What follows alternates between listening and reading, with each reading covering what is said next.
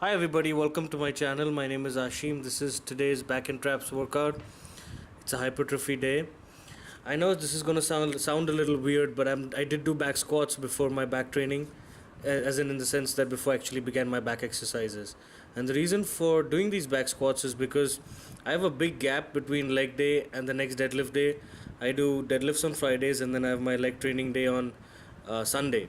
So between Sunday to Friday is a big jump, and what happens to me, what I've observed, is that I tend to lose that ability to have that leg drive, that pop off the floor that I want for my deadlifts. Keep in mind that my priority is to do really well on deadlifts. So in order to make sure that my legs are firing and I'm able to get that drive off the floor on deadlift day, I've thrown in these high rep sets of just two high rep sets of back squats or front squats. It's whatever I choose. I just happen to be falling in love with back squats again after not doing them for 4-5 years now.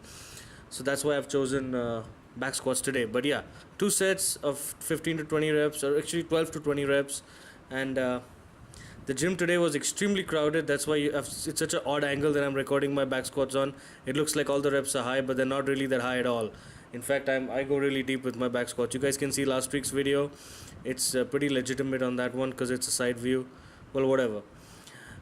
Being that it was a crowded day, I didn't really feel like that was a very successful workout. However, I did put my heart and soul into it as always.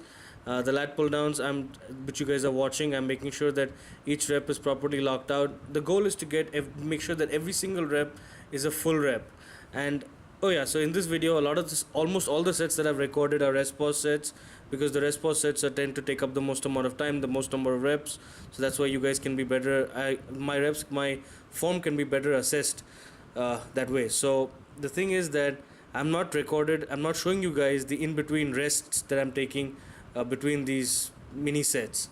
So for example, with these dumbbell rows, I'm doing what I used to do before. Is I used to do, for example, this is 22 plus 5 plus whatever. So I used to do all those 3 mini sets on my left hand and then move on to my right arm. So what I've done this time is each mini set is alternated. So 22 reps with my left arm, and then there's going to be 22 with my right, then 5 with my left, then 5 with my right, then 2 with my left, and then 2 with my right. So the total is still good, but it gives me enough time to shuffle around. The mistake that I made over here with the first mini set, is that I didn't take a break. I figured that, hey, if I've done 22 with my left, then my right is absolutely fresh, so I can just immediately hop on and start it really, really fast. But that's not how it works. I'm still out of breath. And that's what you guys are watching right now. So there's like a little bit of a break in between that right arm thing. But I don't make this mistake again. So all the future sets that you guys are seeing are going to be fine. With these dumbbell rows, what I am focusing on throughout is getting my elbows as high as possible. I haven't done... The thing is that you tend to expect that as you get stronger, that dumbbell rows are going to also bounce up, and I'm going to be using a heavy weight. And I do use heavy weights. I do dumbbell rows with 140 and 160 pounds, but that's on an ego day. That's a separate day. It's not for back training per se, because it's not really it doesn't isolate the muscles as much as it should, doesn't hit the muscles as much as it should. I don't do croc rows, any of that nonsense. This is to get that actual complete row. So to do that, I've reduced the weight, and I've kind of reduced my expectations as well, and not reduced them, but made them more realistic. So 75 for 12 plus 3, you guys will see each rep is a fully controlled and slow rep. So I'm very happy. This was a big change for me, and I'm really trying to get that honed in. You know, that pulling the elbow back as far as possible and all that. I'm sure those of you who are watching this video have read enough articles that say lead the row with your elbows. Think of pulling your elbows behind. Well, with this, I'm just taking it more literally and really, really trying. Before, what used to happen is with these weights, not heavy weights, but with the weights, is that as soon as the dumbbell comes near my stomach, I feel like, oh yeah, rep is complete. But it doesn't work that way. So this is, I'm changing something. Even at this level, I'm making these minor adjustments. Hopefully it'll go a long way. So this is 75 for 12 plus 3, so that's a total of 15 reps. All in all, this is a lot of high volume training. I didn't really record this, but I think with the first set of 50, I've noted it down as 15 reps, but I think in actuality I got to 20, because I didn't realize I was only supposed to do 15. But I was so excited about the fact that, hey, I remember that I'm supposed to pull my elbows up, that I got carried away. Whatever, it's a one-time thing.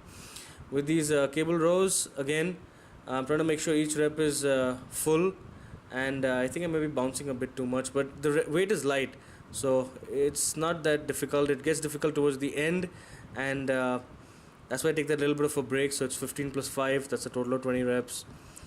Oh, by the way, I did not mention this, but my workout started off with weighted front planks, and they're an amazing exercise. They're like they're my Kickstarter to make sure that my core is braced, and then I can do pretty much anything. So I didn't really record that because, as I mentioned, there were way too many people. Alright, dumbbell shrugs.